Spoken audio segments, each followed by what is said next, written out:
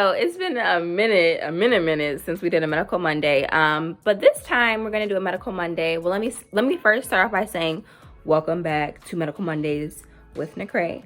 We're going to do Medical Monday with a skincare twist. So for this video, we're going to be talking about the benefits of niacinamide. Why do you need niacinamide in your routine? What is it doing? Where is it derived from? All of those fun stuff. And we're also going to talk about hyaluronic acid. So if you want to know more about why you should include that into your regimen, what those things are, then keep watching. And yes, I'm still in the bed, haven't moved, but I was like, let's film this video, get some content out. Oof.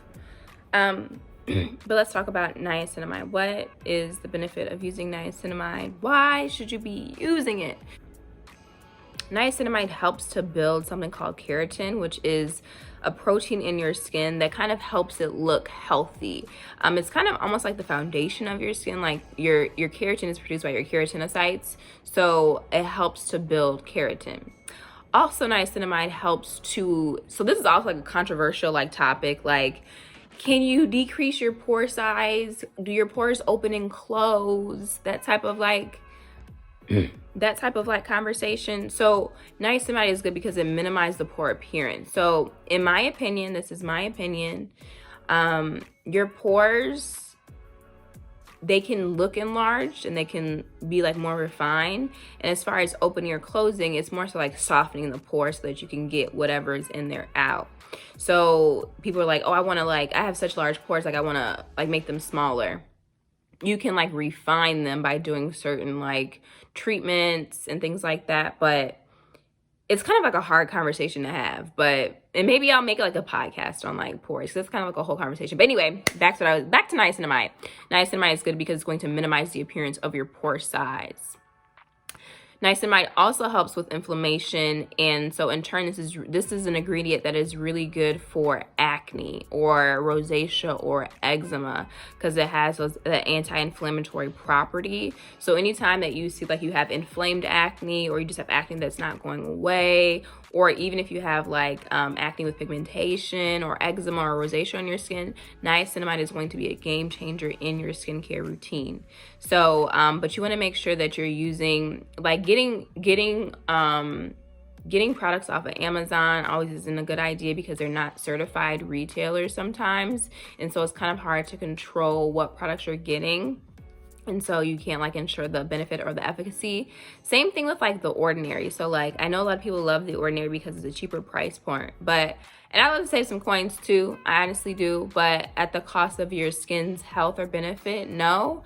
So the reason why I personally don't like The Ordinary or won't use The Ordinary is because they manufacture their products from whoever is making it cheapest at the time, meaning that like your consistency with results and longevity, they're not going to be there because it's from whoever's making it cheapest. And you pay for what you get. So that's personally why I just won't use their products. But you want to look for things that definitely are cleaner brands, especially if you have acne. You want to stay away from like fragrance. You want to stay away from like colors. Sometimes those don't irritate people, but for most people who are acneic, that could be an issue. Fragrance, color, alcohol. Alcohol is always something that you want to avoid, but there are fatty alcohols and then there are drying alcohols. And I can talk a bit about that on a separate video because that's like a whole nother separate topic. But you want to make sure that you're staying away from any type of like isopropyl alcohol or like alcohol, denatured alcohol. Oh my God, your skin is going to be dry. Don't do it, don't do it, don't do it.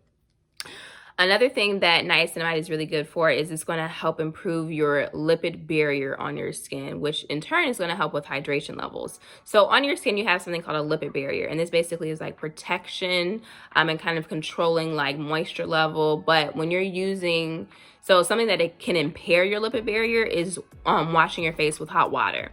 So a lot of people like they'll wash their face while they're in the shower, and most people, I should say most women anyway, wash with scalding hot water. I do and if you ever notice like when you get out of the shower, your body might feel like super dry. It's because you've kind of damage your lipid barrier by doing that.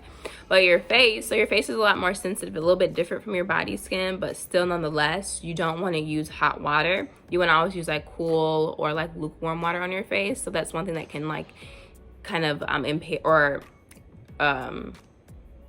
alter your lipid barrier, but niacinamide helps to build your lipid barrier back up, which is going to help with hydration. And when your skin is hydrated, now it can kind of focus on repairing itself in other ways, if that makes sense. Okay. Last thing that niacinamide is really good for is protection against like extrinsic factors like pollutants in the environment, sunlight, and other toxins. So all around, it's just a really good really good ingredient for you to use. And not only can you put it on your face, but you can also intake it because it's a B vitamin. So like I take niacinamide every day, and then I also try to use products that have niacinamide in them. And so now we're going to talk about hyaluronic acid. Hyaluronic. Some people don't say it right, and it's so cute to me. But I guess kind of like however you say it, but it's spelled hyaluronic acid.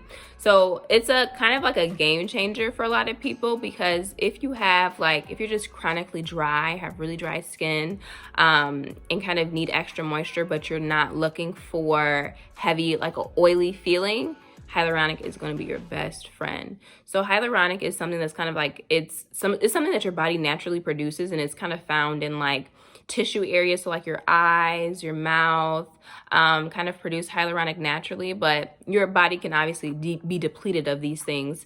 But typically you're going to find them in places where like tissues need to be coated. And so for your skin, hyaluronic is going to basically kind of trap in and seal moisture.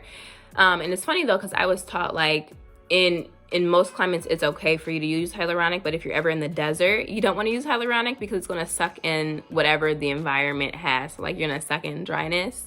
So it kind of does the opposite of what you want to do if you live in like Las Vegas, or I mean like Nevada or like Arizona, don't use hyaluronic. But in general, it helps to like lock in moisture without having that heavy feeling. It's kind of like more of a lightweight and loose in viscosity. And it also has like the ability to kind of plump your skin up. And then so when your skin is more plump, signs of aging is going to be like a little bit decreased or less. Like you can't see wrinkles as well when someone's skin is hydrated. So another thing that it also does is it helps with wound healing. So not only in the body, but on the skin. So those are just some benefits of niacinamide and hyaluronic acid, and how you would include them into your routine is kind of like, so it depends on what the product is. If you're using like a niacinamide serum or a hyaluronic acid serum, you're going to use it in the serum step. So how a routine typically goes is you want to cleanse, exfoliate, tone, optional. And I've talked about that in another video. But toning, in my opinion, is optional. And then serums, eye cream, moisturizer, sun protection, SPF. So you would just include it in your serums category, but if it's in a cleanser, you use in the cleansing step. If it's in a toner, using the toning step. But yeah, let me know you guys' success with hyaluronic acid or niacinamide, how you like it. If you don't like it, why don't you like it? Let's have some conversation. But as always, don't forget to hit the subscribe button, like the video, share the video, and subscribe to our sisterhood. All right, peace out, Girl Scout.